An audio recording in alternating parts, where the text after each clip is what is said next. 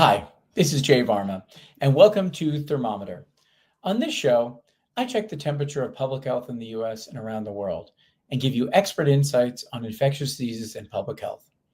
This is the second video in which I'm talking about foreign aid for health, an issue that's very personal to me.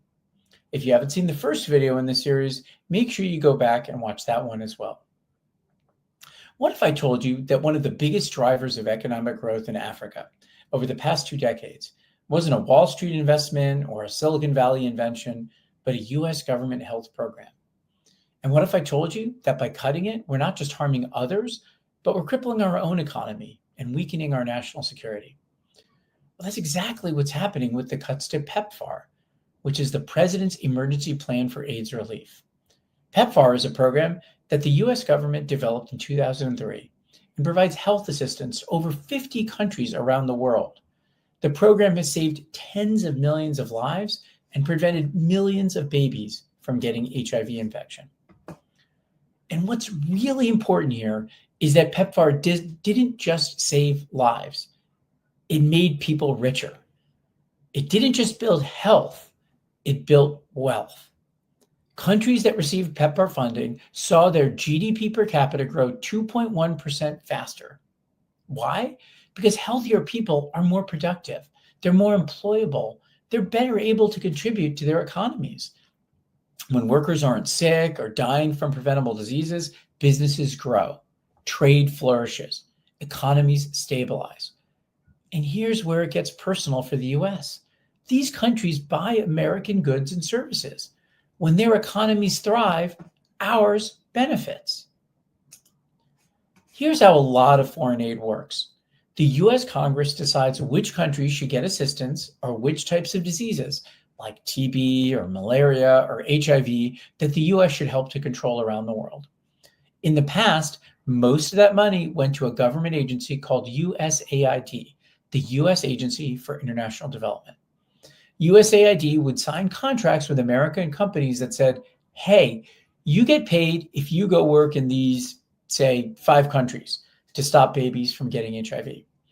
These companies take your tax dollars, then they hire Americans and buy American medications and equipment and supplies to help send them overseas. That's tens of millions of dollars flowing back into the American economy from paying American salaries and buying American goods. So it's important to really understand here that foreign aid isn't just money in a suitcase handed over to people in other countries. At least 40% of that money is spent by our government on hiring US companies. By slashing PEPFAR, we're not just pulling the rug out from under-vulnerable people, we're also cutting out an important lifeline of our own economy. Now let's talk about the national security threat. The US stations intelligence officers and military personnel around the world to keep us safe. But here's what many people don't realize. We do the same thing with disease experts. CDC teams stationed overseas are our frontline defense against pandemics. We detect outbreaks early, we prevent crises, and we build relationships that keep America safe. When I was stationed in Africa for CDC, I had calls every week with my supervisors at CDC's headquarters in Atlanta, Georgia, to tell them about outbreaks going on around the continent, what was going right and what was not going right. And they used this information to help prepare America in case these diseases spread overseas. During the first few months of COVID-19, from January to March 2020, I even had those calls with the National Security Council in the White House so that they could understand the security implications of the new pandemic. Cutting PEPFAR strips away that infrastructure, and it ends up sending a message to the world that America is stepping back. And when we step back, other countries always step in. China, Russia, and other geopolitical players are already filling this vacuum. Just recently, the president of Ghana made this very clear in a speech to other African leaders. The Ghana president said that his country and others in Africa are greatly appreciative for all that the US has done for them.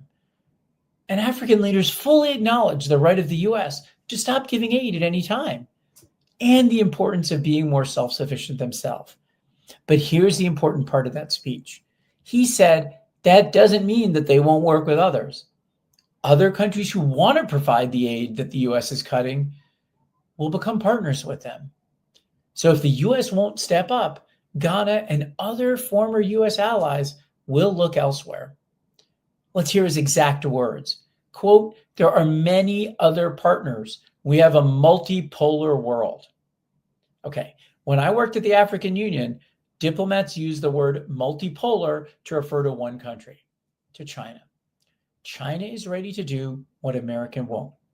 And when that happens, the US loses leverage, influence, and security in countries that are vital to us, countries that have the fuels and the raw materials that power our technology and our machinery. A world where the US no longer leads in global health is a world where we lose allies, where we weaken our ability to negotiate, and we make ourselves more vulnerable to crises. This isn't just a public health issue. It's an economic issue. It's a security issue. It's a leadership issue. And if we allow these cuts to go through, we're not just failing millions of people abroad, we're failing ourselves. PEPFAR was a bipartisan success story, supported by Republicans and Democrats across the spectrum. It was just one example of American leadership at its best. Let's not make it a cautionary tale. So if this matters to you, here's what you can do. Share this video. Most people have no idea this is happening. Call your representatives. Let them know that global health funding isn't just about charity. It's about national security. And stay informed.